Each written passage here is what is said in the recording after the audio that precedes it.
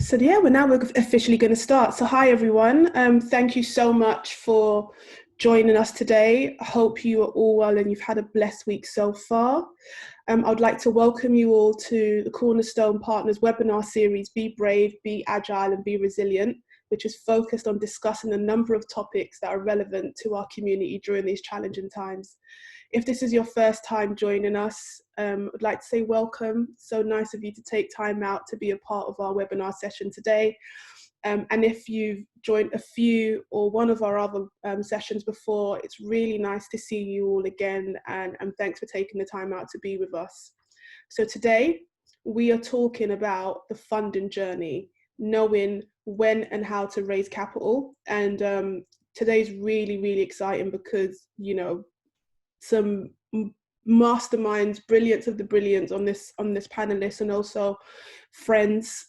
So it's always nice and certainly enjoyable for me when I get to, you know, share the platform and have an open and honest conversation with friends. So what are we talking about? As mentioned, we're going to be talking about the funding journey, knowing when and how to raise capital. So forever, but more recently, the disparity in raising capital for Black founders has been highlighted. And there, you know, there've been shocking stats saying that less than 1% of businesses have left, 1% of businesses, Black businesses, have received funding from venture capital firms, which is shocking. You know, so there are many reasons as to why this is. You know, it could be ranging from biases, both conscious and unconscious, towards Black founders, or, you know, just a general lack of funding available to them, or the fact that businesses in our community are aware of what raising money means, how to go about it, or if they even stand a chance. You know, so many founders at the early stages of their business life cycle are not aware of the funding opportunities available to them, and therefore concentrate on maximizing personal resources such as credit cards, personal loans, remortgaging, borrowing from friends and family where possible, or simply just giving up when these options aren't available to them, or, you know, it doesn't seem like an option to them. And some of you have heard about investing from angel firms or venture capital firms and think that it's a foreign language and something that's unreachable to you. So today, you know, this panel was kind of curated to break it all down for you, so you really understand what it means, what it takes, what's required, and also if it's for you. So why are we here?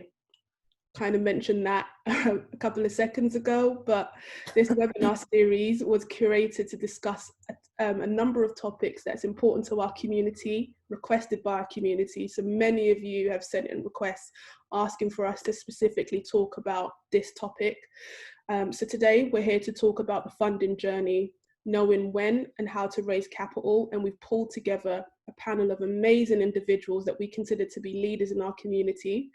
And they're here to share their experiences, expertise, and knowledge with you all.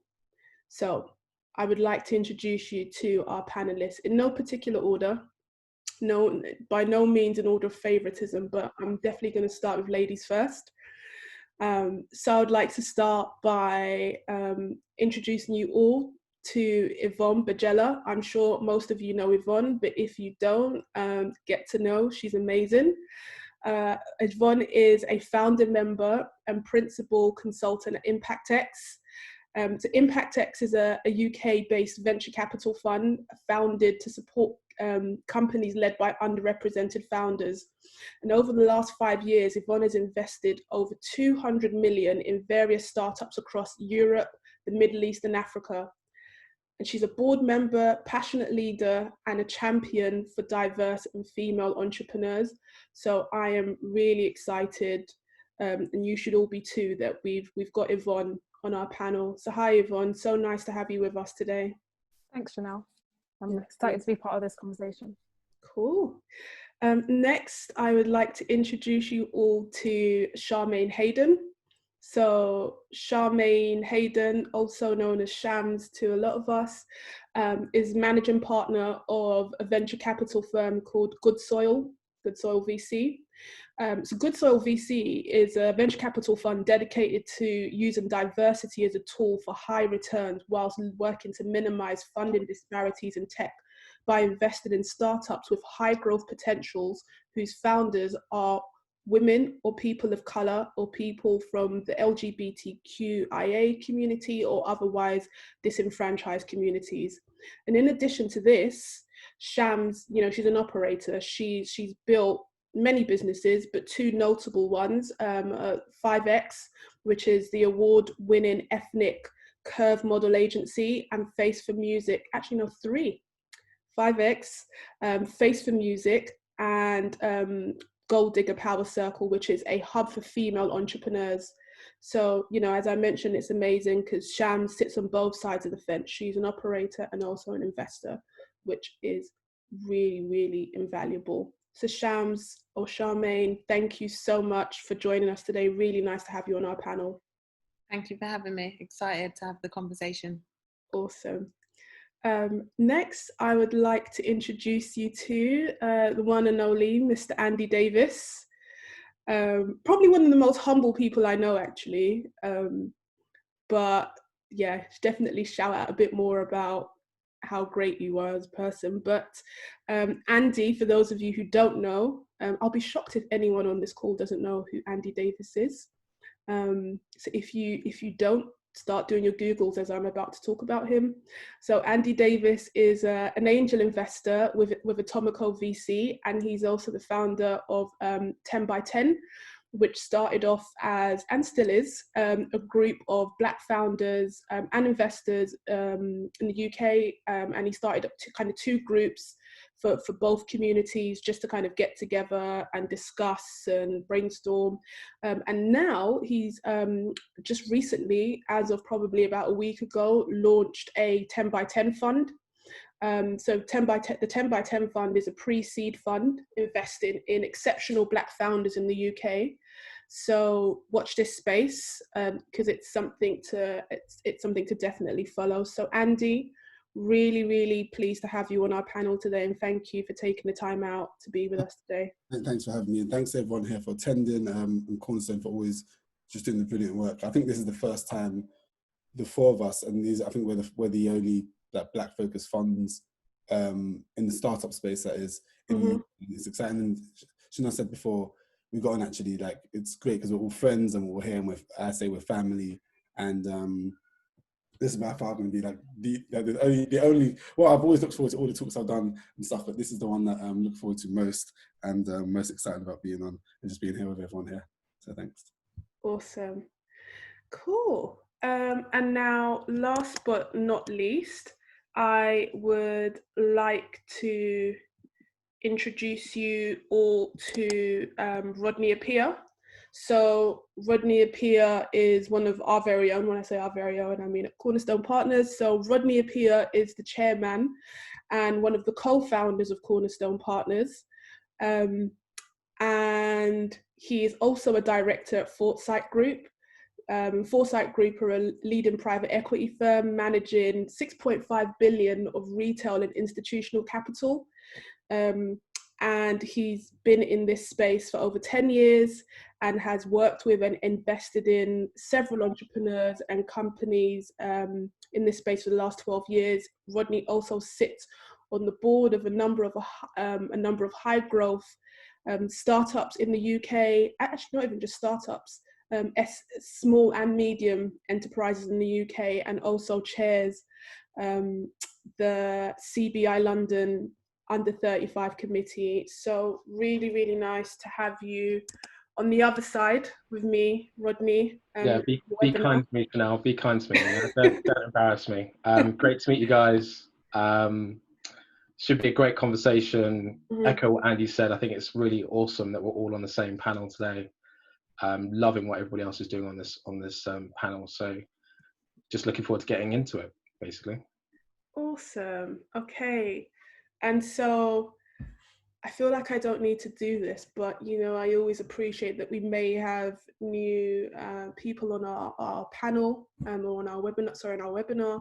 So who are we? Who are Cornerstone Partners? So Cornerstone Partners sort of started about 5 years ago, founded by 6 co-founders, and today are 20 partner strong angel investment network. We focus on investing in Black and diverse founders here in the UK, and we offer both equity investment and debt. So we're passionate about changing the status quo, changing the narrative and creating spaces and access to capital for Black and diverse businesses here in the UK. At Cornerstone, we believe that there's 2 sides to invest in. One side is writing checks, and the other side is the investment of time, sharing of knowledge, and developing our community and clients. And who am I for those of you who don't know? I am Chenelle Ansah, and I head up Cornerstone Partners Angel Network. So let's start. Going back to the topic, and then I'll kind of give you an overview of kind of the 4 discussion points that we're going to talk through. And as we are having our conversation, I will urge all of you to send through questions, because we will reserve some time towards the end, at least 30 minutes, where we will answer your questions and discuss. So please send them through. I am reviewing, and we'll reserve some time at the end to go through them. So today we're talking about the funding journey, knowing when and how to raise capital. So the 4 topics that we're going to talk about today. So first one is, what are the different stages of raising capital and how do they differ, which is very important. What are the pros and cons of raising capital, right? This is also very important, because not everybody needs to raise externally, depending on your business aspirations, right, and business performance. So we're going to talk a little bit about that. Third one is, when is the ideal time to raise, and is your business ready? Also very important. And the last point that we're going to discuss is what funding options are available, because there's institutional investment from organizations like, that everyone on the panel belongs to, and then there's other funding options as well. So I want to talk a little bit about that today. So actually, before we even start getting into that, I think the why is very important, because as Andy has said, if you kind of look at this panel, this is Black Investment London to a certain extent, or the UK, should I say, Black Investment UK. So it'll be really good if we can start, if you can, all of the panelists can just give the guys sort of watching an understanding of the why. So why are you doing what you do? Why are you driven? What makes you passionate? And why do you feel called to do what you're doing right now? So I'm going to start with Andy Davis. Hey, thanks. I think the why is obvious. The why is so obvious for me, right? There's just this gap, and Black founders need capital. So if that's a problem, that's the problem I have to solve, right? And I'm very problem solution driven, and if I keep it simple, then hopefully we get to a good solution faster as well. Awesome, thanks, Andy. Yvonne? Yeah, I completely agree with Andy. Like, I'm sure everyone on this webinar is fully aware of the dire statistics when it comes to funding that's gone into Black founders. So it's less than 1%. And there's no shortage of exceptional Black founders out there. But the problem is the lack of funding. And so really just, trying to plug that gap and get funding to Black founders. Awesome. Shams? Myself as a founder first, had encountered that there was a lack of funding, and being a disruptor, went to have a look at the landscape and realised how dire it really was, and found out that the average Black woman gets 50k as their first investment check, and the average white male gets 1.2 million, and it was just like a brick in the head. So of course I'm a firm believer that we can all play a role in changing the world and changing that landscape. And whilst it will take a village, it starts with one. So yeah, we have all taken our own individual steps to taking this journey, but we're doing it together, which is why we're always so happy to see each other on these panels. Awesome. Thanks, Shams. Rodney? Yeah, the why. I think I echo everything that everybody's said, but I think for me, it's about just the opportunity to put your money where your mouth is, and to back people that look like us, passionate about the things that we're passionate about, creating fantastic businesses. We want them to know that there's a funding for them, that there are businesses out there for them, there are firms, there are investors like us in this panel that are actually actively looking out for them. And to me, that's kind of the most powerful thing about what we do. Awesome, thanks. Okay, so let's talk. Let's get into it. Let's talk about, raising money in the different stages. So, what are the different stages of raising capital, and how do they differ? So, I'm going to start with Yvonne.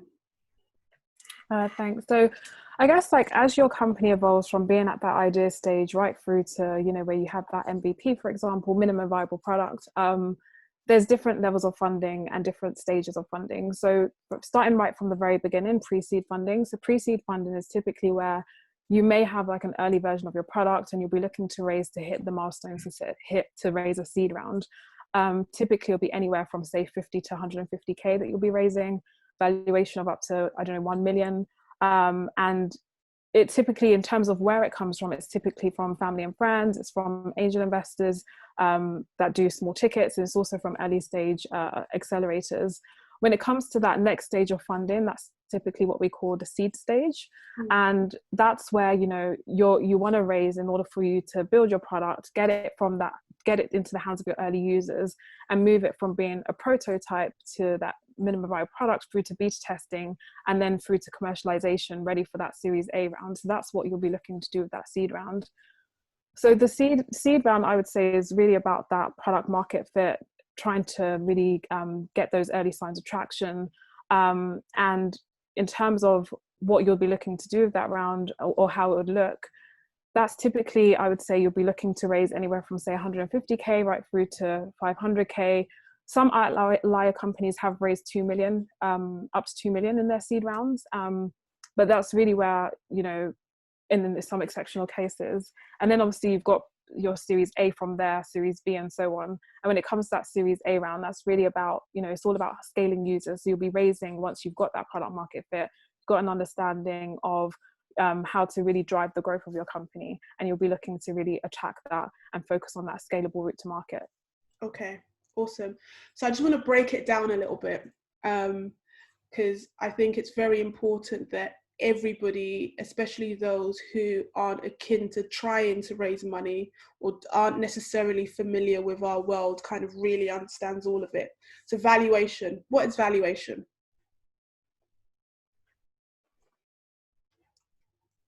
I'm going to ask Andy.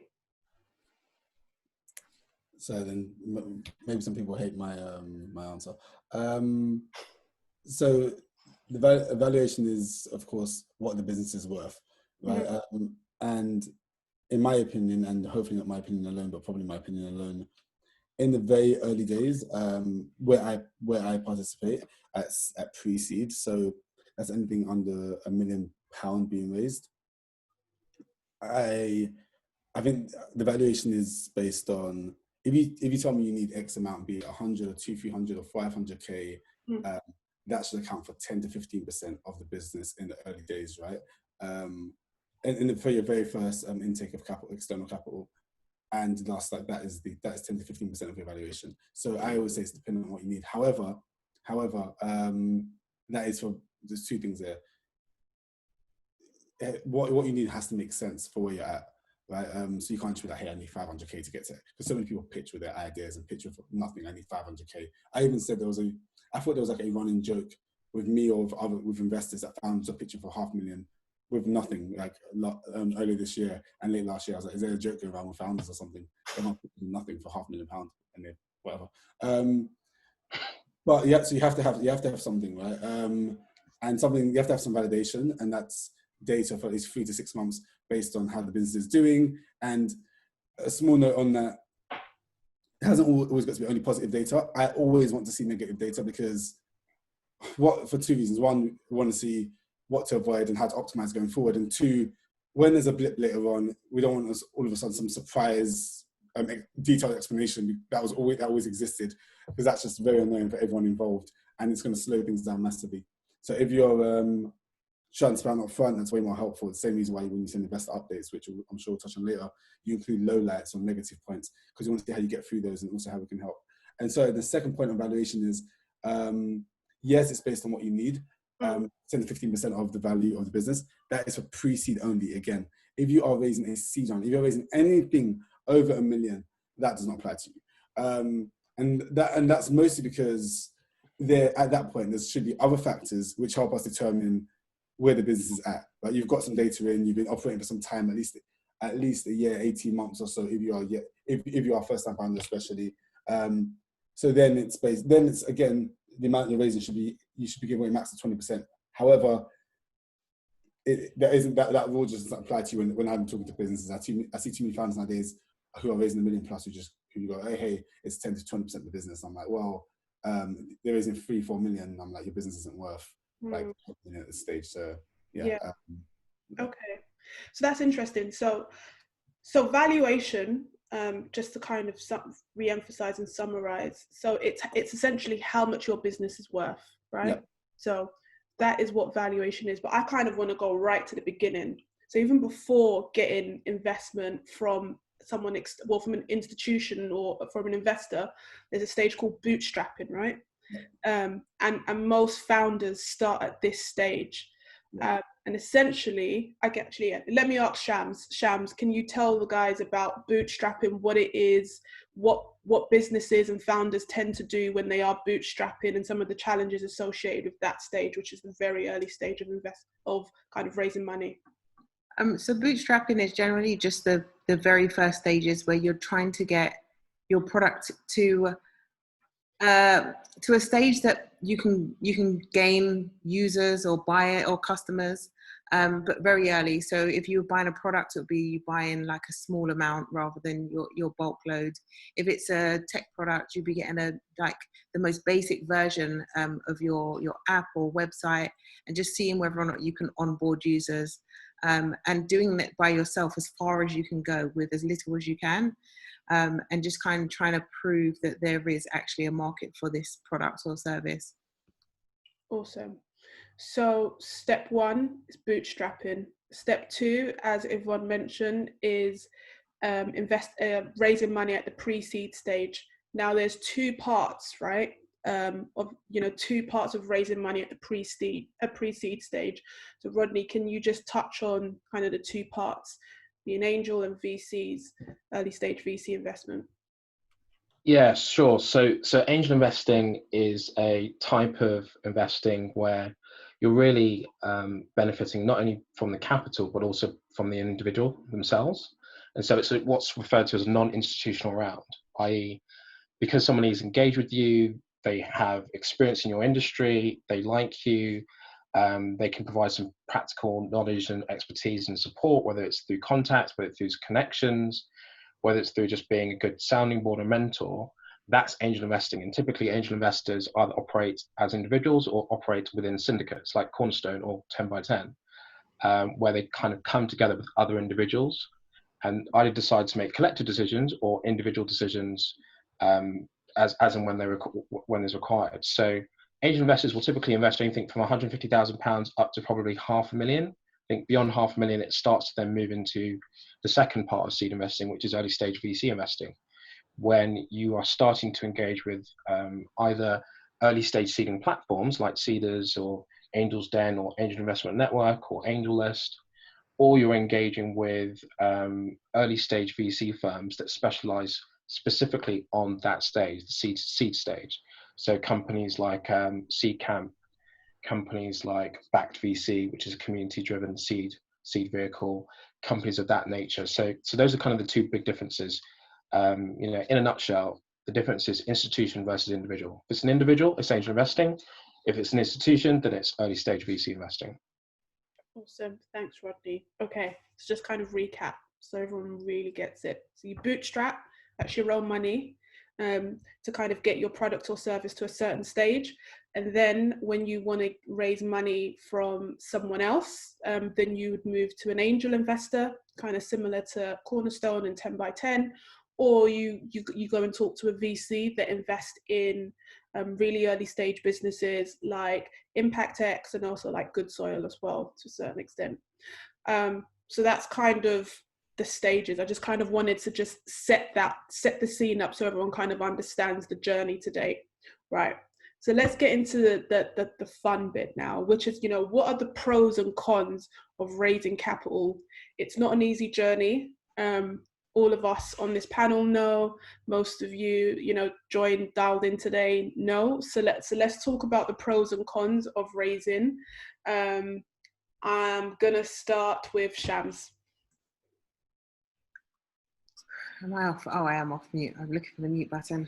So pros and cons of raising. I think it's a really important question. I think first and foremost, it's important that a lot of founders understand that they don't actually need venture funding or funding at all. And if they bootstrap, then they will probably be able to see that they could actually go it alone, at least for quite a while before they end up needing funding. We have kind of come into a new era of everybody thinking that from the jump that they need to get investment or funding. And of course, we all want a bit of extra cash, right? But it doesn't mean that you have to apply or that you're ready to apply. The pros are that you get extra runway, you get capital, you get some OPM, which is other people's money, to be able to deliver on your product or service and to bring your dream to reality.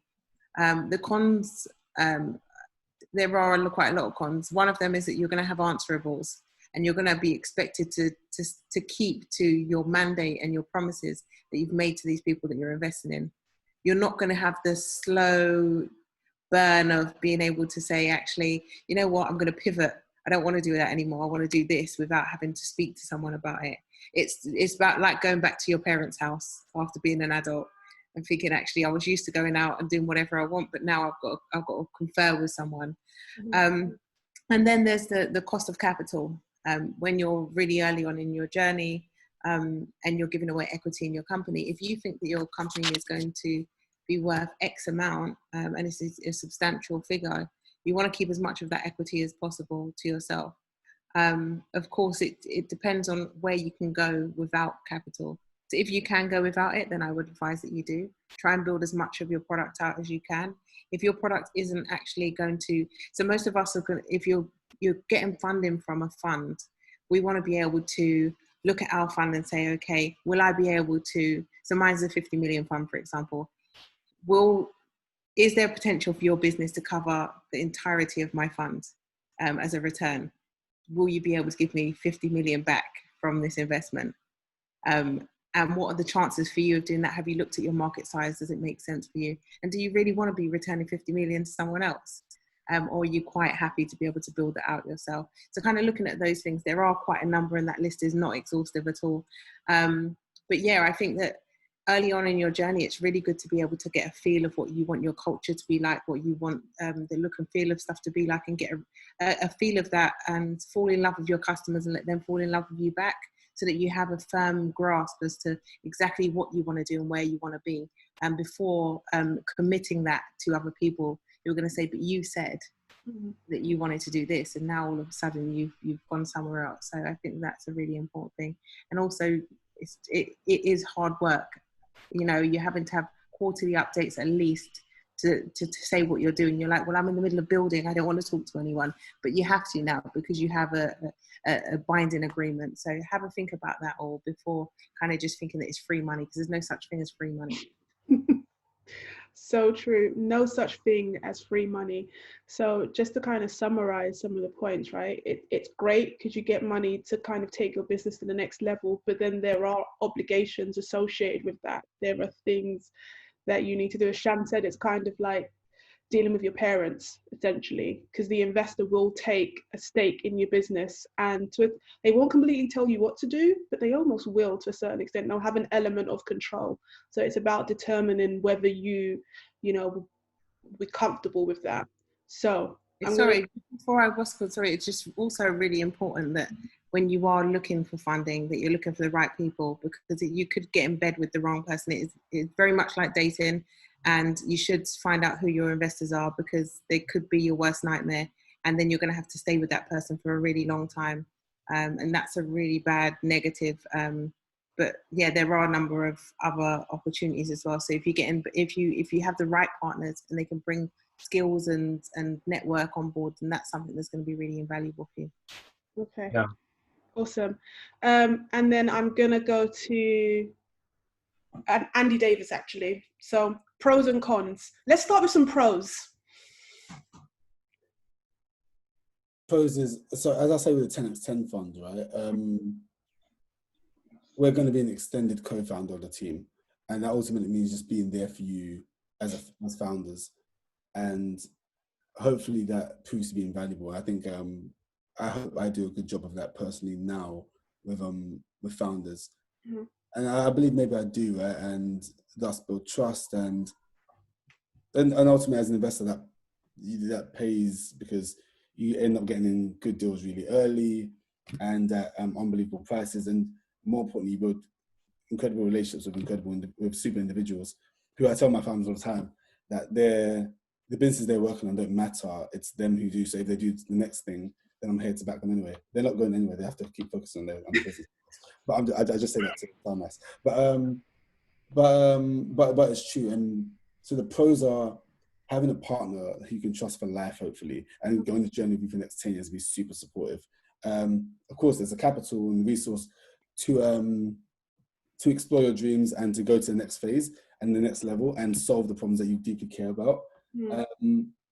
Another pro is, I guess another pro is just is growth for yourself. I talk all the time, and especially when I was a founder, I speak all the time to like how scalable we as founders have to be. And when you start working with other individuals, if it's other businesses, if it's customers, if it's investors, that's a part of growth as well. And regardless of how the experience goes, you grow from it, right? And that's a big pro personally. I think a con would be definitely as a founder, the amount of meetings you have to go to get the money. And hopefully going forward, you come to the four of us here and you only talk to the four of us, and we fund the businesses, and we all put 25% in us. So it depends on what it is and the stage you're at, and we just do it together. And we're the family who support you for the next 10 years of your life or so. But the amount of time in investor meetings is just, honestly, it's nonsensical. I remember raising money, going to, I think it was meeting 67, I got my first yes. And then after that, it was meeting 63. And then for meeting 63 to meeting 72, I got the rest of the money in. But they took that input. And I learned along the way, of course. The same thing with sales all the time. I remember picking up phone 200 sales calls a day for enterprise customers. And you start adapting your script and learning what they like. And as soon as you get like a positive reaction, or someone stays on the phone longer, or the meeting gets to a certain point, you then go rewrite the script after that and just get there. It gets that more positive point and point of delight faster. Same thing you do your customers and products, right? And that's important. You want to get there sooner. That's why I'm open about sharing like emails I sent to investors and have it afterwards. Documents I sent out. How I communicate after that. What I did. I think, and that's how things probably should be. So the massive con above everything, I find is negative experiences everywhere in the world. I think the massive con is the amount of time it takes you away from, it takes to raise the money and the time that takes you away from the business. I think I would, if I can get that time reduced, I'd take any other negative I could get. And that includes a potentially bad relationship later. I think, or ideally you don't have that. That's what ultimately that determines how the business goes. But I feel like the time spent fundraising is just, it isn't great. So let's, because you mentioned something. You said 67 meetings before you got your first investment. 63 before you got your first investment. That is a lot of meetings, right? So, and I don't think many people understand how and appreciate how much work goes into actually, raising capital. I'm not saying that's the benchmark, but that is one example, right? It's a numbers game, right? So it depends how much you want anything in life, right? Like every night I would email about 200 investors. And again, find investors on AngelList, look at who's investing in companies like yours, competitors of yours. And then if they are open to invest in similar companies, hit them up. Look who's invested in businesses in your sector, hit them up. Look who's, I talk to all the time, creating angel investors. Look who works in your sector, who's like E or C level. That's some C level, like an exec level, E level. Like go and find out, ask them for a conversation, ask them for some advice, and ask them like for their opinion, ask advice. And then the means ask for money, ultimately, right? Do that. I used to email 200 people every night, wake up, you'd get about 15, 20 replies, maybe sometimes 25 replies, end up organizing 5 to 10 meetings, 2 or 3 meetings will end up going, what happening by the end of the week, and then you end up with checks from 1 or 2 people. Like, that's how the game goes, right? Like, if you're not willing to do the work, don't play this game, do something else. That's just the game we're in. But again, ideally, you just come to us for and we fund you. And no one's got to take the long road. That's what we're here for as well. I feel like you're setting us up, Andy. Come to us for and we'll fund you. We'll fund you if your business is right for us. Oh, no, 100%. It's the same in both ways, right? Like, I don't even see it as like, and people need to stop over-glorifying investors. There's this massive over-glorifying around investment and investors. Like, investors are greedy people, right? Greedy individuals who want to get rich off of you doing work. So, like... Are we greedy? Hold on, wait. We're not greedy individuals, but ultimately, that's what investors are, right? So, like, it's a privilege for an investor to be involved in your business. And that's how you should view it when you go into these meetings as well, in my opinion. Yeah. Okay, cool. We're not all greedy, and we not us. Yeah, we aren't all greedy, but we are investors, and all investors want to make a return, right? So I just kind of wanted to put that out there. But let's discuss this a bit more. Rodney, like, let's hear some more pros. What are the pros of, you know, getting external investment from an angel or from a VC fund? Yeah, look, there's loads of pros. I think the first one is the capital, right? Yeah. You know, when you get excess capital, it means that you can take on a few more risks. You can accelerate your growth. You can be more aggressive about the opportunities that are in front of you. You can hire people. You can invest in products. You can expand internationally. That's a massive pro, right? The other big pro is the value add that your investor brings to the table. Now, really important caveat here. A lot of investors oversell the value add. So you've got to be really, really mindful of that. And to Charmaine's point, you've got to be very, very careful about who you pick to ultimately get into bed with, because it's a marriage. Like, investing is a marriage, and you've got to be mindful of that. I mean, even on this panel, we all have very, very different personalities. Like, I am very different to Andy, very different to Yvonne, and very different to Charmaine, but we all love Black businesses and we all want to back Black businesses. So find the investor that best matches your personality, or better still, find an investor that's going to challenge you, find an investor that's going to stretch you, find an investor that's going to develop you as an entrepreneur. That's what you want, really. You don't want a yes man. You want someone who's going to kind of take you to the next level. And so sometimes you're going to be told stuff that you don't want to hear. You're going to be told stuff that you fundamentally disagree with, and then you go away and think about it. You come back and actually you're like, you know what? You're right. And actually, if I take this step, my business is going to be much, much better for it. So I think that's really, really important as a pro. I think the other big pro is that raising external capital kind of gives you third-party validation. And this is particularly important when you're sort of at Series A, Series B stage. And by that, I mean that it gives your business credibility. Because if you're thinking about, you know, creating a really valuable business that's going to sell, to exit at some point in the future, you know, trade buyers really welcome the fact that you've taken on external capital, because they now know that your business has been professionalized, it's been objectively assessed. There's something there, there's some secret sauce within that company. There's something that's quite interesting, that a completely independent person who wasn't your uncle or your mum or your friend from way back when, they thought your business had something special. So that's another thing that I think people underestimate, the third party validation and the ability to enable your business to then realize some value in the future. Awesome, thanks. So let's talk a little bit about the ideal time to raise, and, you know, whether your business is actually ready. Because I think, you know, as Andy said, you know, at the start, a lot of people now think, okay, in order for my business to make it, I need to raise money. And that's not necessarily true, you know. So I'd like to talk a little bit about that. So let's talk about, so when is the ideal time to raise? Start with Yvonne. Yeah, sure. I would say that the best time to raise is when you have a clear idea of what you want to do, and you're really just raising to get you to another milestone, to best position you for the next round. I think that generally the best time to raise is the best thing to do is to bootstrap for as long as you can, and do a friends and family round and just keep it really tight, because the more mature your company, when you go out to raise, the best position that you'll be in to get a better deal from both angels and VCs. I think that, as mentioned earlier, there is this major misconception around the need to raise money in order for you to actually get your idea into that mode of building. And just to give you a great example, I was recently speaking to a company and they're generating 200K in revenue, and they didn't have an app, but they were talking about this product and service that they offer, whereby they're delivering services such as, they're going to people's homes and cleaning, they're going to people's homes and delivering food and on-demand service.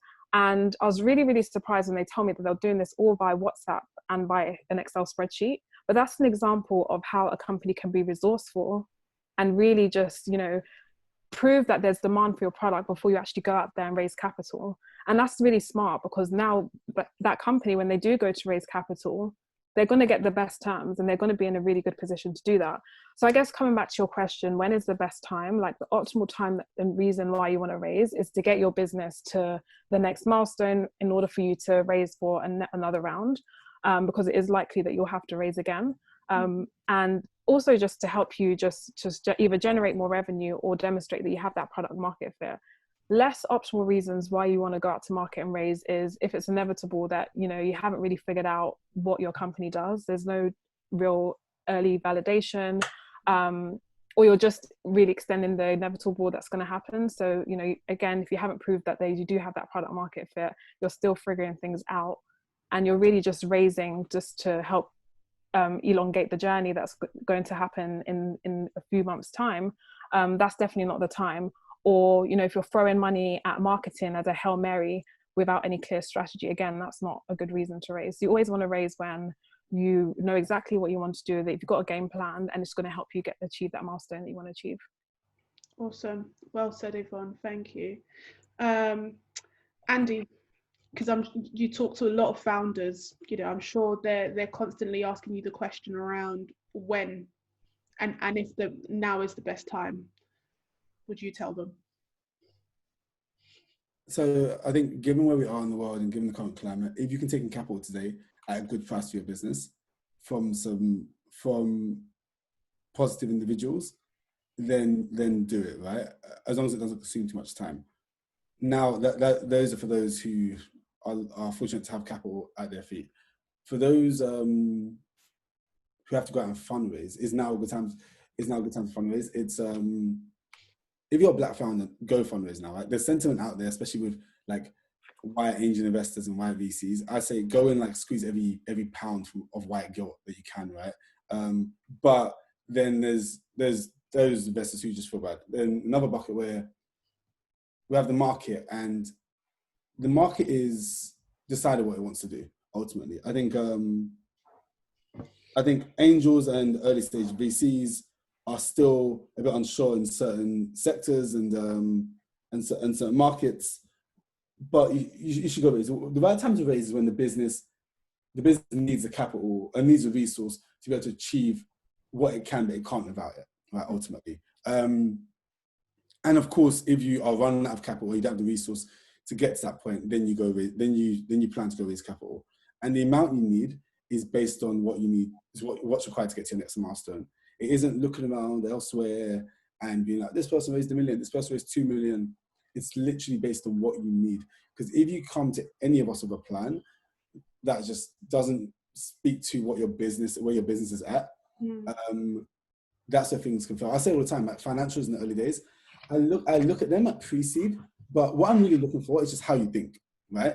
Like, I don't want to see, because if the whole picture is great and the business seems fantastic, and then your financials are all over the place, so your financials are just like, they verge on stupid, or like they're either over ambitious, they're either too ambitious or under ambitious, then I'll be disappointed either way, right? And it's kind of going to be, and there's no perfect solution here, but it's just what makes sense. If you're an enterprise business and you've got 5 customers today, and you've reached up to 5 customers, and you want money for 18 months, and there's one person doing biz dev now, and you're going to bring in another person, and again, remember, you reached up for a year and you've got 5 customers.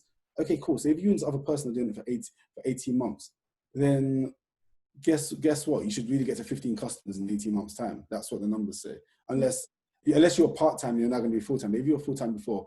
I'm running the same sales cycle, and I'm running the same time frame it took you to get 5 customers. You get another 5 in a year. This other person will get another 5. Thus you have 10, but in 18 months you get 15 together, right? So make sure the numbers make sense. And unless there are other things you're going to throw in that's going to enable growth in some other capacity through partnerships or distribution or something.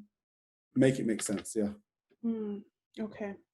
Let's talk about the fact that not all businesses need to raise, right? And it'll be good if we can give just talk, not necessarily shunning particular industries or types of businesses, but I think we could have an honest conversation about stages of business that do not need funding and potentially types of businesses that do not need funding. So I'm going to go to Rodney to start. Thoughts? Yeah, I think the key thing you've got to be mindful of is that investors want to make a very handsome return on your investment, on your business. And so what does that mean in practice? What it means is that if they invest £1, they want to get at least £5 back. And if they get less than £5 back over a 5-year period, then they're going to be disappointed, because they could have put that pound into property or into the stock market or into some other type of asset. And the thing about investing in early stage businesses is they're super high risk. So you want high reward. I mean, I think there's a stat that says that 90% of early stage businesses within the first 3 years fail. And so you've got to be mindful of, when you approach an investor and you speak to an investor, that's how they're thinking. They're thinking, can this opportunity deliver me a 5x over the next 5 years? And if they don't think it can, then I don't think they're going to be minded to invest. And so let's try and break that down a little bit more. So what does that mean in practice? It means that if you place a valuation in your business of 5 million, you've got to convince the investor that it's going to be worth north of 25 million in 5 years' time. And if you've got a business that's in a space like, I don't know, let's say you've got a laundry business. Like, laundry businesses are fantastic family businesses, lifestyle businesses, highly cash generative. You can earn a really, really good, tidy salary from running a laundry business. But is a laundry business going to be worth 25 million over the next 5 years? It's only going to be worth 25 million over the next 5 years if you're able to convince me that you can turn one laundry business site into a chain of laundry businesses across the UK. And that you can convince me that those laundry businesses create a brand, and that brand is then going to be desired by a much larger laundry business conglomerate or somebody who's interested in cleaning, who's then going to acquire that brand and that chain of laundry businesses for 25 million. So do you guys see what I mean? So, like, I think there's a very clear distinction between lifestyle businesses and businesses that are investable from a VC or early stage perspective. And just be honest about that. You can build a very, very acceptable, business that generates really nice cash for yourself and for your family to live on. But is it going to generate the type of growth that you need it to generate in order to make that type of return for your investor? And by the way, if the investor's making a 5x, that means that you're going to be making like a 10, 15, 20x. So that has to be the level of ambition that you have. So hopefully that answers the question. No, it has done. It has done. And Shams, I want to go to you because I want to talk a little bit about the fact that, not everyone needs external investment, and that's okay. So it'd be good to talk a little bit about that. Yeah, I think that it's just really important. Number one, we're going back to people's ambitions. Not every person who wants to start a business wants to have a startup. And they are different. They're different entities. And not everyone wants to be a billionaire or a trillionaire. Like, it's not everybody's ambition. Some people's expectations for what makes them comfortable, makes them happy, or what success looks like in a business are varied. If you are someone who is looking to build something that has significant market share, like, you have to look at something where the market is large enough for you to meet these numbers as well. You can't just chuck them on your pitch deck and say, this is what makes sense, this is what we think makes sense. You have to validate that. You have to look at the market, you have to study the market, and you have to really think to yourself and ask your customers, do they think that they would want to use this product or service? And if it's not, and it's an SME, as Rodney rightly said, it's okay. It's okay for you to generate a couple of million and just live nice. For yourself, and maybe get one angel investor involved who's happy to do that with you, as that actually may be willing to do some of the work with you in a different way to what we would as VCs. We're going to, especially the ones on this call, very likely to get our hands dirty with you, but only so far. You may be able to actually find someone who will partner with you and put up the cash. and maybe that will work out better for you. So there's also alternative options, and then you can find other ways like crowdfunding. I know there's a lady on here. She's got a crowdfunding platform. Build Her? Pardon? Is it Build Her? Is that the one you're referring to? Yeah. BuildHer.co.uk. Yeah, and there are some others as well. So you can crowdfund without actually having to give away too much equity. That can still prove expensive in its own right, because of fees, etc. But sometimes it proves more fruitful than going for investment. There are ways that you can get loans.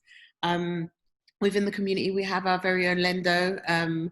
That, you know, and there are a number of different platforms now. You guys have a lot of options. When I started my company, I didn't know what venture was, I didn't know what PE was, didn't know what angel investors were, I didn't know what any of them were, and I bootstrapped till the end. And you are able to do that also.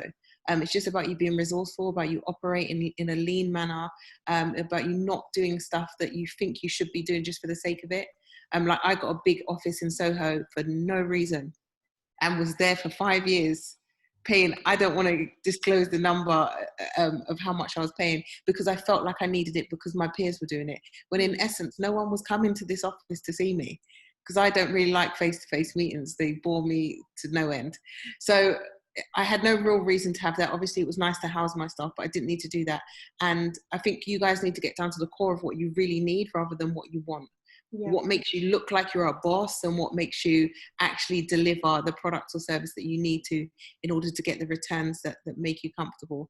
And even if you do want to run a business and you want to run it on high expenses and not turn a great revenue because it makes you feel some kind of way, then do that as well.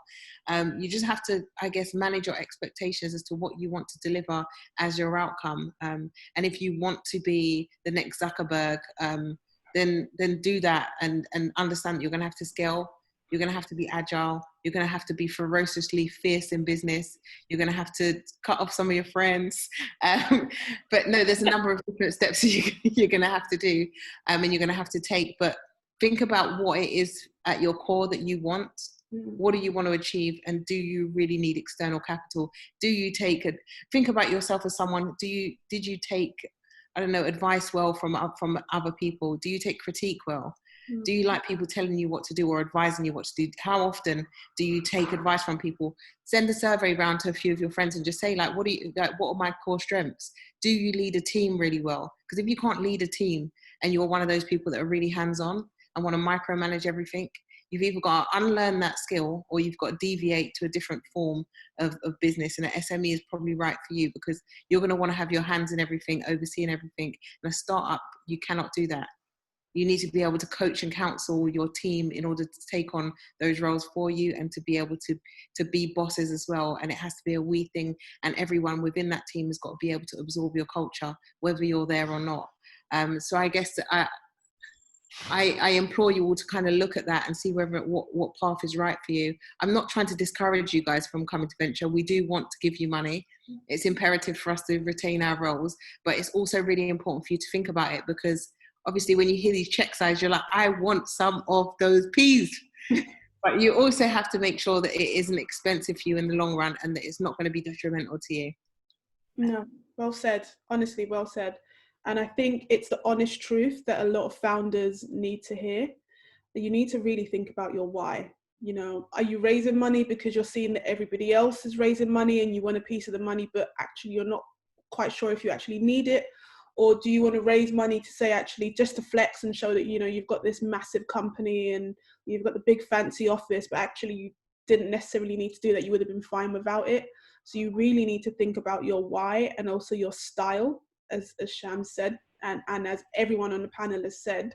You know, when you receive external investment, it is a marriage. You know, it's a long-term relationship, and quite often they will tell you what to do to a certain extent. So you really need to think about whether it's right for you, and whether you want to scale. And if you want to scale, then yeah, then go forward. But if not, if you can continue to bootstrap, as Shams and many of you have done, then maybe that's the best thing for you to do.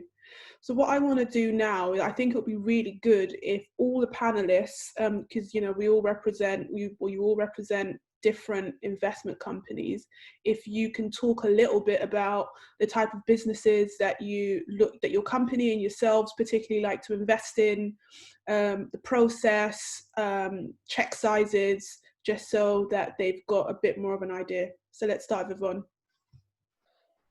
Sure. So at Impact X, we typically invest in across various sectors. So digital technology, which is obviously quite broad in itself, media and entertainment, health, education, and lifestyle. In terms of the stage, so we focus on that seed and Series A stage, where you may have your first early adopters and a clear path to, or you're starting to get clarity as to how you're going to scale the number of users or your clients. In terms of check size, so we've come in very early, initially anywhere from like 100K. We look to do up to 5 million per company. Some companies may get more than that, some companies may get less than that, depending on how well they perform. Okay, awesome. And then Andy. So, thanks for the question. So right now, personally doing 10 to 50K per company, but the thesis is more or less the same. Right? At 10x10 fund from September, doing 50 to 150K per company. Black has to have a black founder, and that means, I really mean like the black founder has to have majority, if not equal, shareholding in the business as everyone else, right? If it's 5% less, then I'm just not the one to talk to, which is fine. So I think 3 to 6 months of data already. You have to be offering. You have to have some form of validation. And again, I keep saying this. You can literally get validation for 90% of businesses out there with a spreadsheet, text message, email, Twitter, Instagram page. So yeah, you can do it for free. You can do it cheaply. I don't care what the form looks like. I don't even care about high numbers. If you've got a very concentrated number of customers, you can dive deep with them, and the market is large enough for those people. You dive deep initially to best understand them, best qualify who isn't the right customer, and you best understand how to reach more of those people and what they want and how to best deliver for them. Then I'm interested in talking. So 50 to 150K, black founder, early stage. You have to be raising less than $1 million, I guess, with a pre-seed. Again, I'm happy to help do the work as well. So if you're raising a round, you come to me. I'm happy to help structure things and go out and help get you more capital. Awesome, thanks. Shams. We look at pre-seed and seed stage. We're still raising our fund. So when we close our fund, it'll be 500 to 1.2 million. But in the meantime, because we're investing our own capital, it's only up to 500K. We will be looking agnostically across tech as a whole, across the UK and sub-Saharan Africa. And we look at underventured founders and markets. So anyone who actually doesn't usually have the access to capital. Obviously, Black people are paramount for us, but also people who are from socioeconomic backgrounds who don't typically get funding, or people from the Africas who may need funding to grow their supply chains and tech enable them. Awesome, thanks, Shams. Rodney. Yeah, so at Cornerstone, we invest between £25,000 and £100,000 on the equity side, and we also do the same thing on the debt side, so potentially up to £200,000 into every business that we meet. We're quite disciplined in focusing on post-revenue businesses because we think that's where we add most value. So our sweet spot, seed and pre-Series A, that's kind of where we want to be, where business is generating at least north of 50K revenue. In terms of sectors, we're pretty sector agnostic, albeit we will focus on sectors where there's a over-indexation of diverse founders, Black and diverse founders. And whilst there's clearly a weighting towards Black founders, we also look at other diverse founders as well. So other ethnicities, females, etc. So that's kind of in a nutshell what we do. Awesome, thanks. Now I think I would just, there's quite a few questions actually, so I'm going to go to the questions now. So someone is, let me see, first question. Who am I going to pick first? So, right. Someone has asked, how do we go about finding angel investors? Where to look? How do we find them? I'm going to throw that to Andy Davis. Sure. So if you're pre-seed and fit, my thesis, or if you're pre-seed, if you're early stage and you've got some sort of product or validation ready, and then come talk to me. I will introduce you to other angels as well, right? Ultimately, come talk to me. And if you are a second-time founder and you're thinking about exploring, a second-time founder with an exit, or someone who's built a business and it didn't work out for whatever reason, and you're thinking about exploring a new idea, having a chat as well. And other ways to find angel investors besides talking to me, which is the one of me. So like there's a bunch of people out there, right? So again, go create angel investors. Look at businesses in your sector. Look at who's investing in them. Reach out to those people. It's a numbers game. So if someone doesn't respond, just move on. It's not personal. Look at partners at VC funds. A lot of them invest personally where they can. Look at companies where those companies that are in your sector are much larger than you, and hit up the people who work there. And again, go talk to them for advice. And then if you believe they're senior enough to have some capital, let them know you're raising some money and you want them involved in whatever capacity they can be involved financially, and create an angel investor out of them. Or you discover that they're angel investors. You'd be very, very surprised how many people actually invest in businesses. And of course, we've got all the, the other people in the panel will get to themselves, but we've got all these angel investor associations out there in the UK anyway, like UK BAA, that's UK British Angel Association. We've got a lot of SEIS, which is Seed Enterprise Investment Scheme. We've got a lot of those like angel investment based funds. The one thing I would say about a few of the angel syndicates and the fees that come along with them, get advice before. So someone found a company this weekend, fees came to about 12% all in all from the syndicate. I'm not suggesting that syndicates aren't great or good. Certain syndicates aren't great or good, or groups where you go and pitch to a crowd of people, then they come in individually, and the organization which organizes it takes a cut. I think just go seek advice from someone. Hit me up, hit up anyone on this call, and get advice around the numbers that you're receiving, and we'll let you know if they make sense it makes sense all in all for where you're at, what they're doing, etc. Because there's a lot of organizations out there who don't take advantage, who aren't out there to take advantage of you, but they take advantage of their position, and thus they have these things. And it works for some businesses, it isn't for all. Yeah, I hope I answered the question. Awesome. Rodney, if you want to add. Yeah, so hit up any of the guys on this panel. We'll introduce you to angel investors. There's lots of kind of like established networks out there. So Angel List, Angel Investment Network, Angel's Den. These are all websites. Just Google them. You'll be able to access lots and lots of different angels that will typically sort themselves out by sector or by certain preferences. You just upload your pitch deck, and they'll kind of solicit you. But I think the best way in terms of conversion and trying to engage with an angel investor is like Andy said, actually just be very targeted and be very specific about the type of angel investor you think that can help you in your business. So let's say you've got a consumer retail business. I had a friend who set up, I still have a friend called Daniel Land, who set up effectively an Italian pret-a-manger called Coco de Mama. And he's a really massive advocate and support of what we're doing. And when he was setting up his Italian concept, he thought, like, who is the best person that I could have to be on my board and invest in my business? And he decided that he wanted to get Sir Martin Rose, who set up Marks and Spencer. So he literally just emailed him, just completely out of the blue, and said, look, I've heard that you back early stage businesses, that you're passionate about entrepreneurship in the UK. Well, we're a business, we're early stage. We love what we're doing. We need your support. And he responded, and that kickstarted a conversation, which then led to him investing and taking a seat on their board. And then he subsequently exited that business to the restaurant group and made a bit of money as well. So, like, take a chance. Like, reach out to angel investors that people that you admire, that you think are literally the best of the best in terms of your space, and then work your way down that list. But there's lots and lots of established networks out there where you can reach out to angel investors. The UK BAA is obviously another example. The BVCA. There's loads and loads of organisations out there. But I think that's like 5 or 6 different examples I've given you. So hopefully that's enough.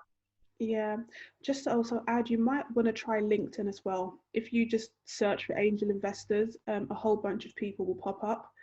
And actually reaching out to people through LinkedIn is a great way to connect to angel investors. I get, and I'm sure everyone else on this panel gets, influx of messages almost daily from founders looking for investments. So and we do tend to respond. So try LinkedIn. Another platform to add is Link Exec, which is quite good, similar to Angel List. You kind of put your business pitch on there, and they'll try and connect you to suitable investors.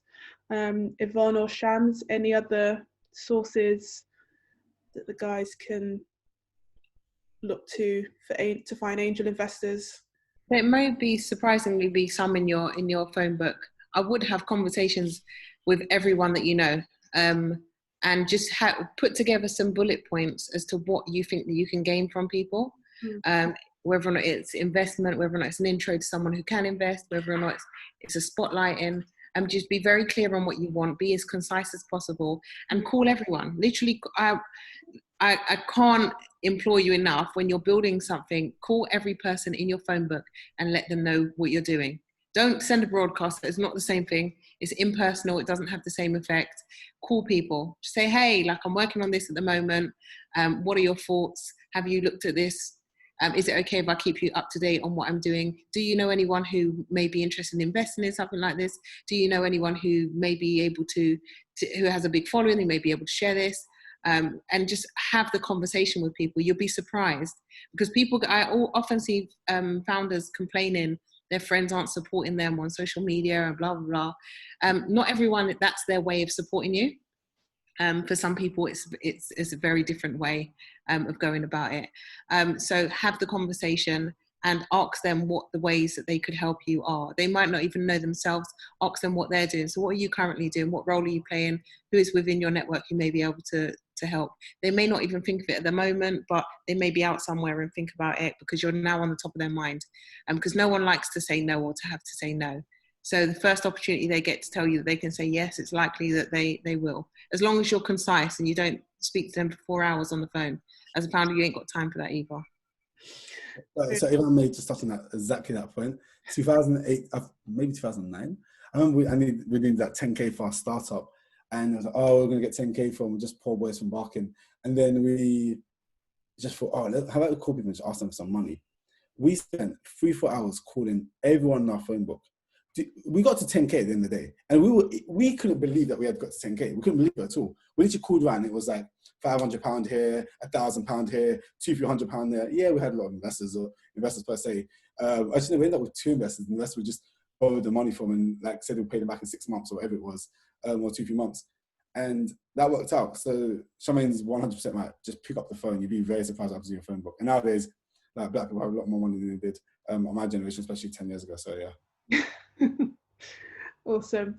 All right, we've got a question from Tumi. So Tumi says, is there such thing as bootstrapping for too long, and can it get to the point that it becomes unattractive to investors? Yvonne, start with you on that one.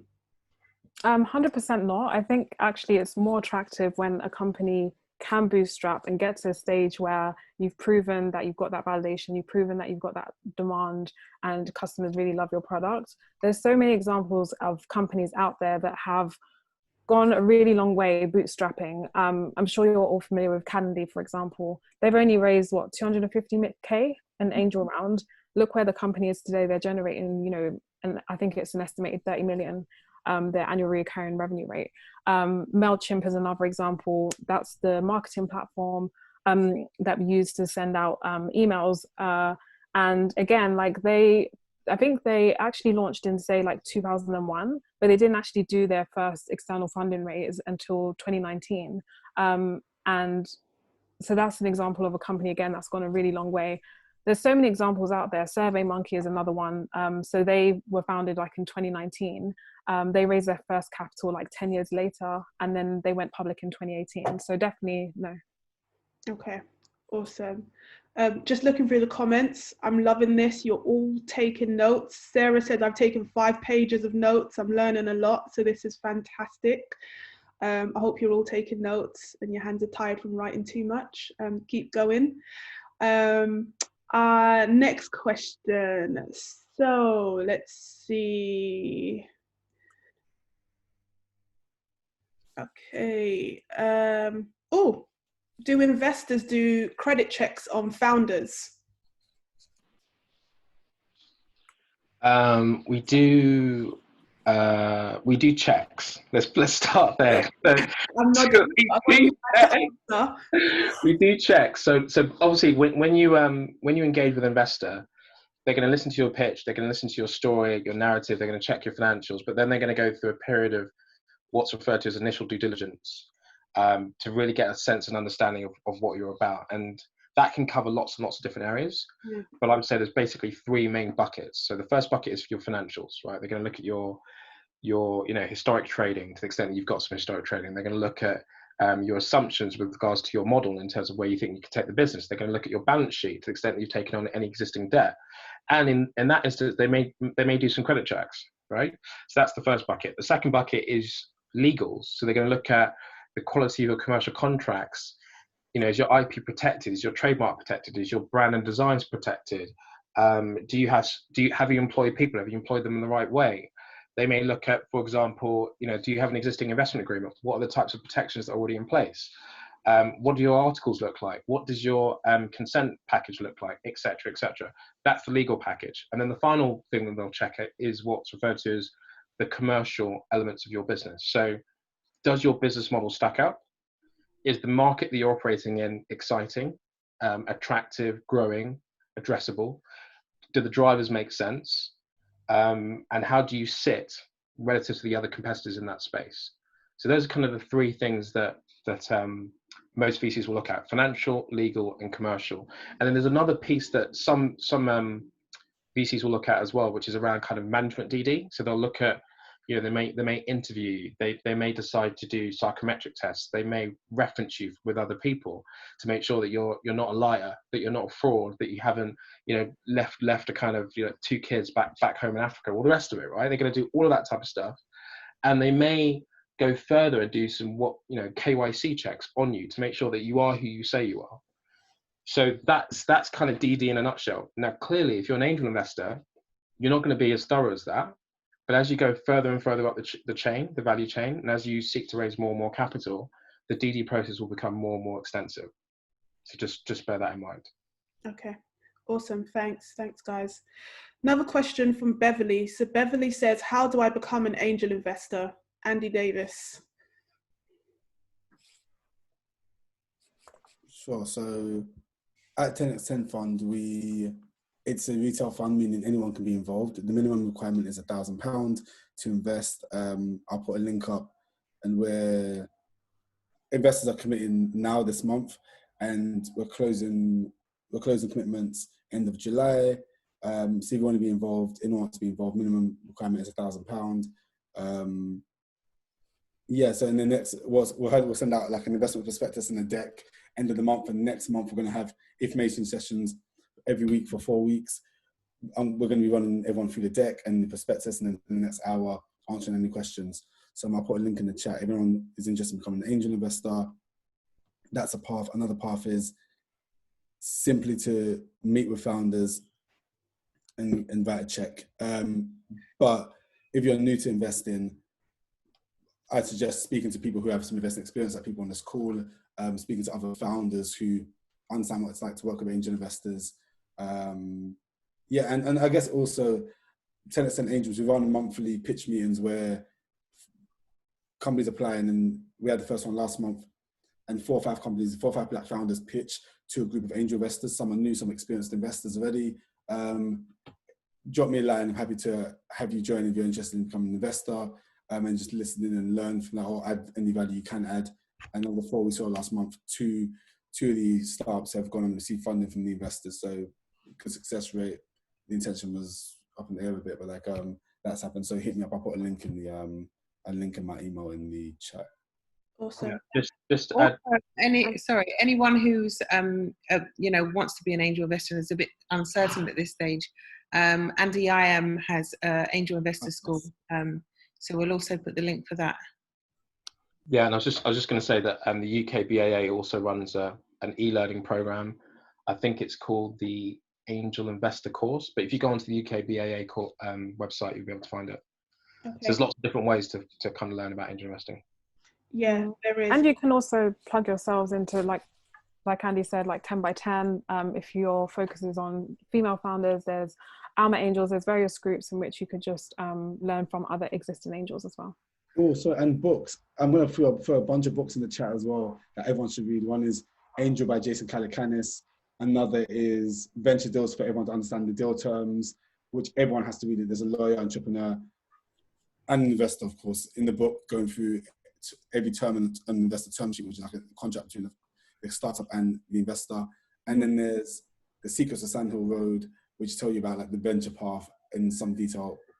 All three great books. I think the only three books, the main three books that anyone who wants to enter this space has to read. And there's always going to be other great supporting books as well. Yes, I'll put them in the chat. Yeah, Venture Deals in particular is a really, really good book. Like, definitely make sure you read that book, especially if you're fundraising. Mm-hmm. All right, thanks. Okay, so just last thing I would say on that, on the plug. So I know Shams mentioned it about Andy's investment school. I would definitely encourage you all to take a look, since we are supporting Black founders. So Andy's created this school to educate people on how to become angel investors. So if you are interested, definitely click on the link that one of the guys will post in the chat to find out more about it. Awesome. Okay, so next question from Abiola, sorry. So Abiola says, okay, what are the common pitfalls you see from founders when they are pitching to you? I would say one of the biggest things is that they don't understand their business. Mm-hmm. And by that, I mean, they don't understand how their business makes money, which sounds like quite flippant, but it's true. There are lots and lots of founders that present an idea and a brand and a kind of a vision, but they haven't really thought through how to kind of implement it. And actually come back to one of the points that Charmaine made earlier, which is that I think there's too much of a focus on fundraising and not enough focus on execution. And that's really, really important, that you've got to really understand your business intimately. And when you've gone through a couple of rounds of fundraising, because you're so familiar with all the questions that the investors will ask you, you then start to really have a proper appreciation of what it means to kind of run your business for value, to create value. Like, where's that value going to come from? Is it going to be profitable? Is it going to be cash generative? Are you acquiring users? Are you building intangible value because you're developing a product? Where does that value fundamentally come from? So that for me is the biggest weakness that I see, that founders don't really truly understand their business. So, anyone else to add? Yeah, I agree with Rodney in that, you know, I always say to a lot of entrepreneurs that when you are starting out fresh with an idea, like with a vision, the raising the capital side of things should be like the last thing you think about. Focus on creating something of value, and the money will follow.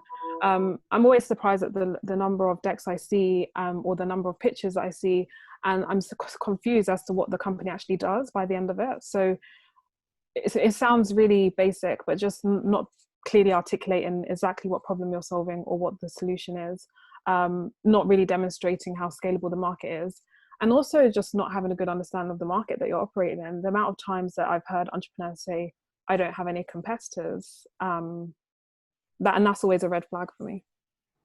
So, Shams, what pitfalls do you see?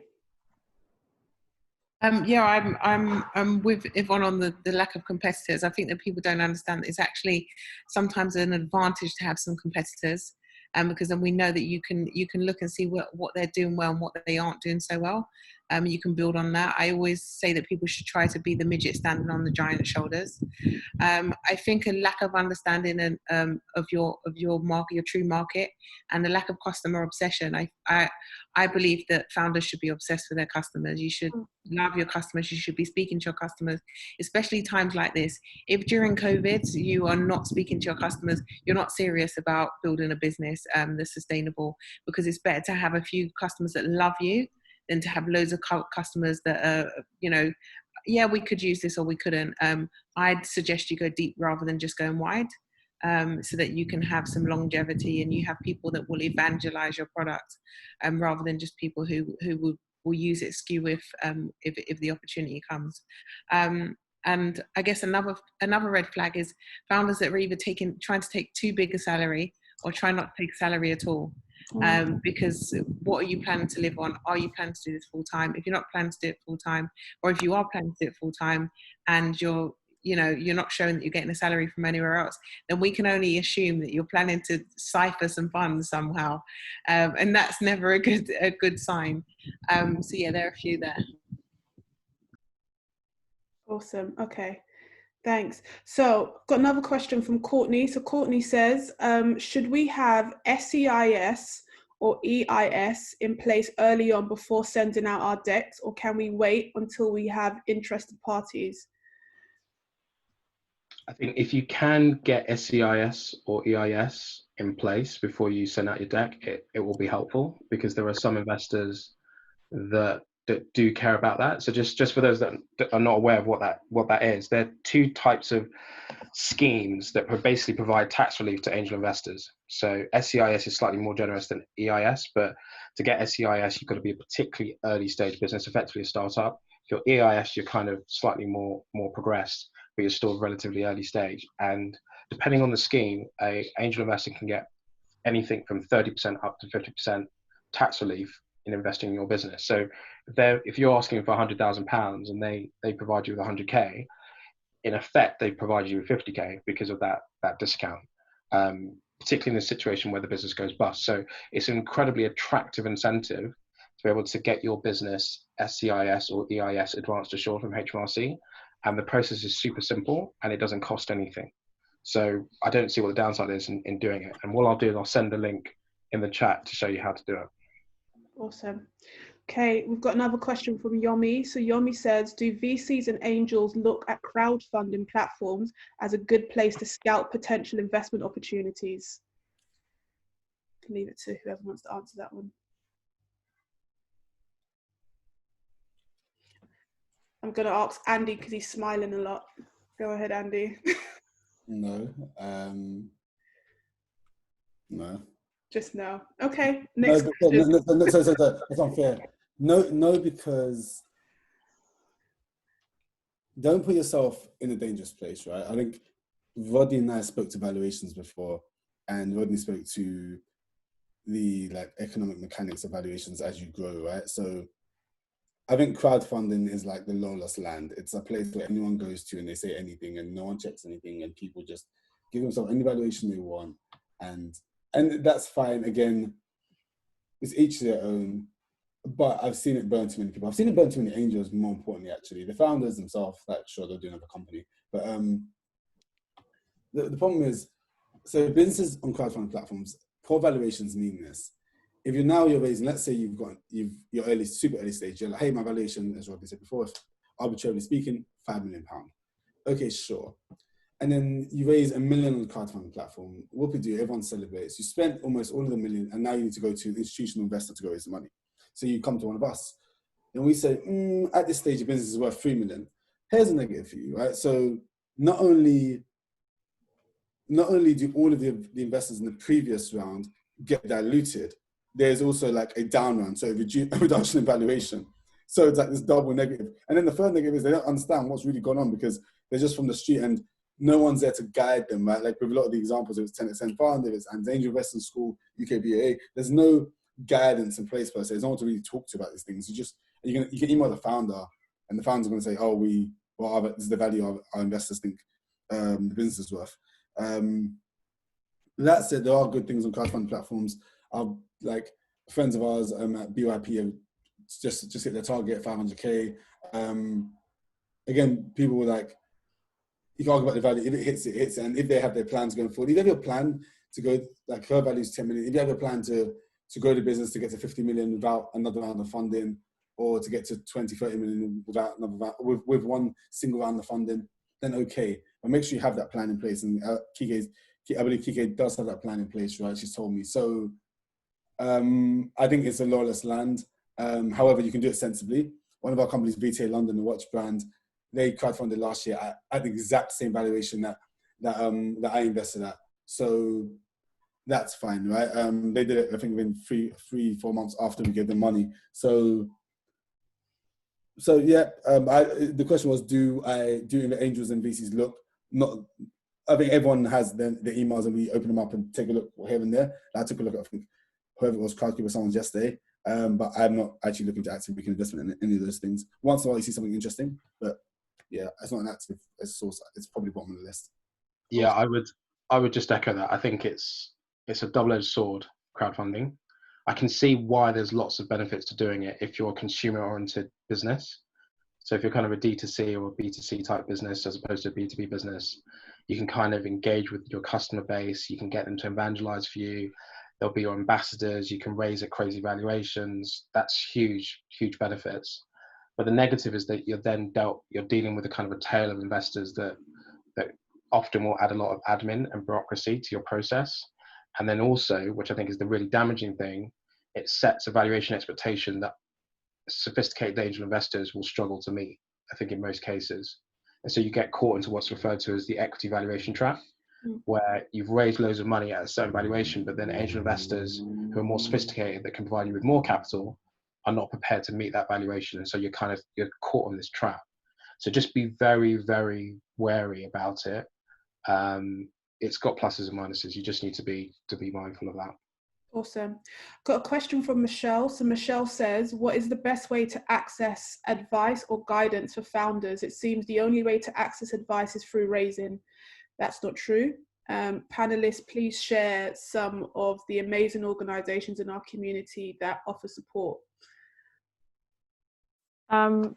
Yeah, no, I'll definitely say that's not true. Andy runs a 10 by 10 lunchtime hangout every week, every Friday. And that's an opportunity I would say it's a safe space for entrepreneurs to come, ask any question. And you'll be surprised, like I get a lot of inbound from startups, and some of them just want advice. I'm happy to jump on a call 15 minutes. And that's a great way to build the relationship. The best way to build a relationship with investors is when you're not actually raising. And so you don't necessarily have to be in that fundraising mode. You could just literally say, hey, you invest in this sector. I'd love to know what you think about this, as a way to build that rapport with them. So definitely no. I would say that there's various community groups out there as well. So there's Founders Vine, there is YSYS, there's various groups out there that do provide that support. And we also, Yvonne, do Oh yeah, how can I forget? Yvonne, me and June. Our next one is actually on Andy time. So yeah, every month. Next one's on the 29th, and that's for female founders. Okay. Yeah. Awesome. And yeah, as Yvonne says, mention, and as Andy mentioned, you can just reach out to any of us and we'll be more than happy to have a conversation with you. I know in the past... Cornerstone's webinars. Tune into these webinars. Yeah. It's free, Tune into 100% of these webinars at Cornerstone. Cool. All right, we are bang on time and I am so sorry. There's so many questions here, but what I will do is we will probably... Part two at some point, part two at some point, someone said. Oh, okay, yeah. I'm up for it. To be fair, listen, we listen to you. So we base our webinars, based on your requests. So if you want us to continue talking about this, send me a message, send us a message. We'll do a part two.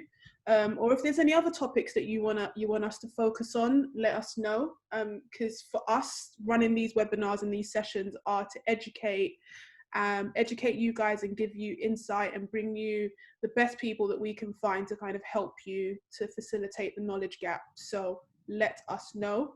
Just conscious of time. Honestly, the hour and a half flew by, like really, really flew by. There's so many fantastic questions, but what I will do is someone in the team will collate all the questions, we'll get answers, and actually what we'll do is we'll send out responses to your questions asked, and we'll send it to everyone that signed up to this webinar today. So hopefully, that will ensure that your questions have been answered.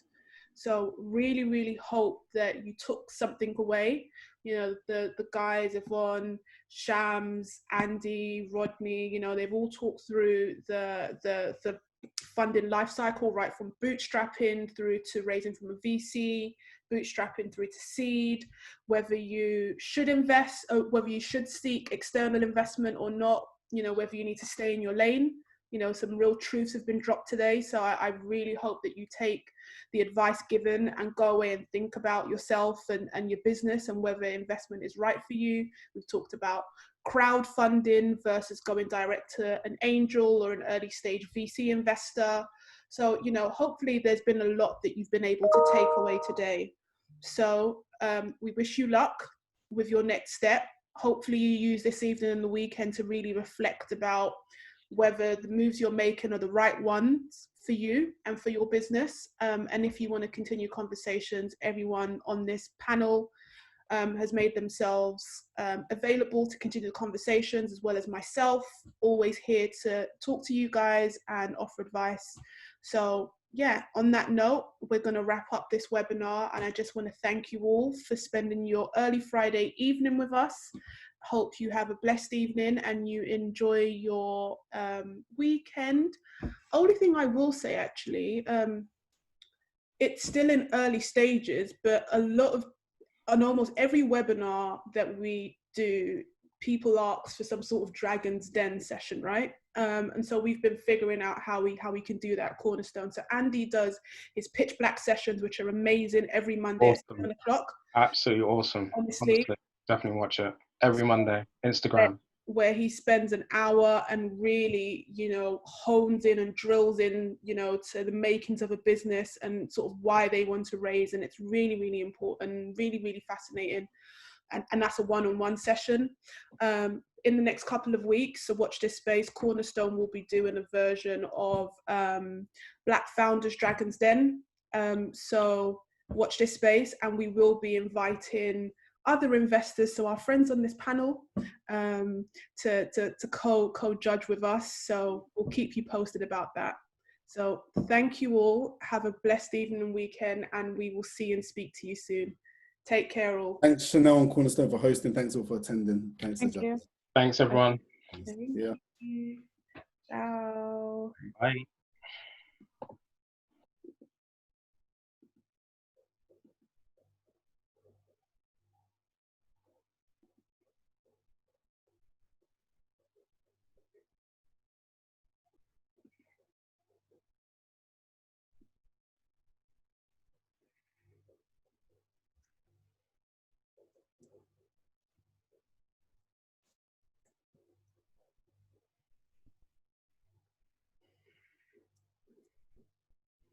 Just ignore me, guys. I'm just making sure I've captured all of your questions so that we can come back to you with answers. But feel free to drop off and enjoy the rest of your Friday and your weekend.